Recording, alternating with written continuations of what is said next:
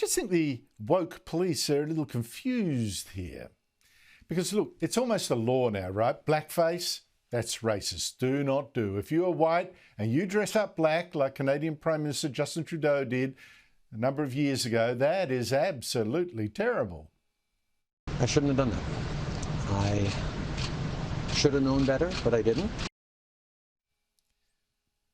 But if blackface is bad, why isn't it also bad if you're a man dressing up in drag? In fact, in Britain, an academic has been sacked for saying that this woman face is also wrong. Men dressing up as women, like drag queens on RuPaul Down Under. She says drag queens are offensive because they exaggerate femininity to send it up. It's anti-women.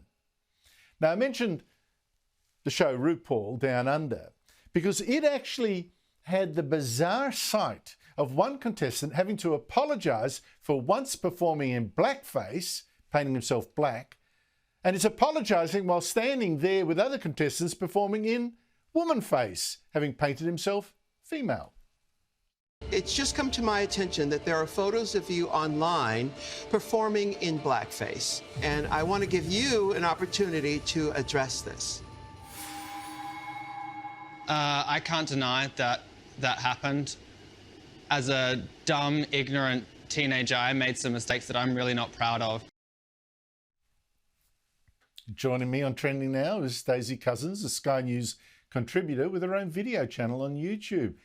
Daisy Cousens, blackface is terrible. No one dares do it. It could kill your career instantly. So why is woman face okay, or even in fact protected with an academic sacked after criticising it?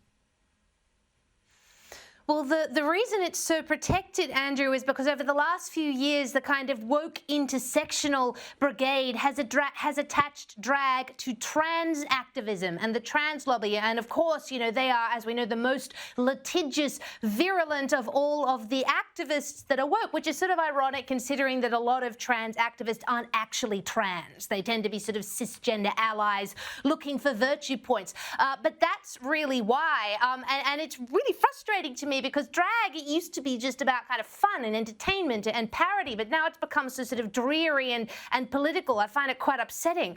But what's sort of doubly unfair about this is that this academic was a cultural studies lecturer, and she was using this point as part of a really legitimate class discussion. She wanted to set up a class debate comparing the concept of blackface to the concept of drag and discussing why one is considered offensive and the other isn't. Now, I think that's a great point of debate for class. I did some cultural studies at uni myself. I would have loved to have discussed that, but no, you can't even set that up in an academic sense with a for and against side, Andrew, which is just completely bizarre. And look, as to the topic of drag itself, it is really interesting to me that the way that the woke protect drag and defend it and connect it to trans activism just shows how feminism has been just completely chomped up by the intersectional trans lobby, because whichever way you squeeze it, yes, drag is fun, it's entertaining, but the bottom line is it is a garish, gross caricature of women and femininity that arguably is quite misogynistic. So I am astounded continually, Andrew, that all these feminists that claim to be about combating negative stereotypes of women aren't more opposed to drag, which technically is men portraying a negative stereotype of women. Look, you know, some drag queens, in my bachelor days, I once went out with a woman who, one of her friends, a wig maker, was a drag queen in their part-time. Very nice person, very gentle. But other drag acts I've seen are, I think, almost hostile to women. They really do parody them. So I think it's an interesting argument. But Daisy, another interesting argument. The Sydney Nightclub has banned staring at other customers unless the person doing the staring gets prior consent from the person they want to stare at. I wonder how, that's a very awkward conversation to have. And if you don't do that, the club's going to call the police. Now, basically, I didn't know that staring was even a crime. But how's this supposed to work, do you think? I honestly have no idea, Andrew, but when I read this, I had this hilarious image of my head of someone sort of walking across a crowded dance floor and going, "Hello, sir or madam, I find you particularly attractive. Would you mind if I went back over the other side of the room and comfortably stared at you for a little while?" That's the only way I can think that this would work without the police being called. I mean, this is quite ridiculous. Now, look, when it comes to staring, it really is about context. I mean, if you're out in public, of a day and, you're on the way home from work and you've got someone, eyeballing you or staring at you for whatever reason, that can be, intimidating and uncomfortable and rude, as we're children, we're taught, well, it's rude to stare. But this is a club environment where you dress yourself up to look nice. You might go out to have a flirt if you're single.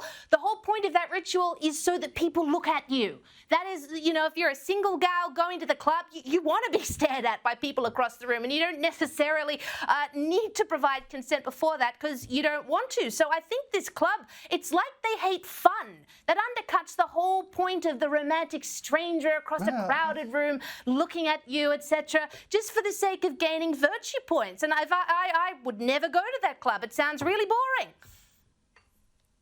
Well, I have to say, what would be more alarming that would make you want to call the police? Someone staring at you from the other side of the room, or someone coming up to ask you if they could stare at you? I find that one much more alarming.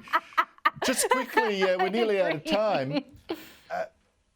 In America, I think this has gone viral. Tell us about this. America, President Joe Biden has made a terrible decision that will really damage its culture. I mean, Biden has said that people who haven't paid back their student loans can get up to $20,000 of that debt wiped off, and that just makes a fool of people who've worked hard to pay off their debts, like this man who confronted Democrat Senator Elizabeth Warren. My daughter's getting out of school. I saved all my money. She doesn't have any student loans.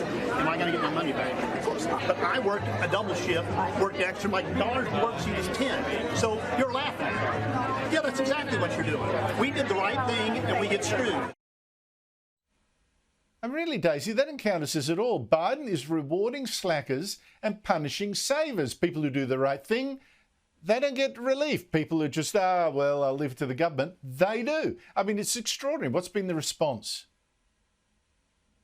This has been massive on social media. People virulently arguing for the student loan forgiveness. A lot of people arguing against it. And as you said, the tenor of those against it is saying, I worked really hard. My parents worked really hard to pay off these debts or to not have any loans at all. And now people are just being forgiven them. And while I think the main issue here in America really is college affordability. I mean, it's ridiculous how difficult it is to go to college and to pay for it over there. That's another whole issue altogether. This is going to cost the taxpayer, and at a time where everything is becoming more expensive for everyone, I really don't think that's fair. Absolutely not.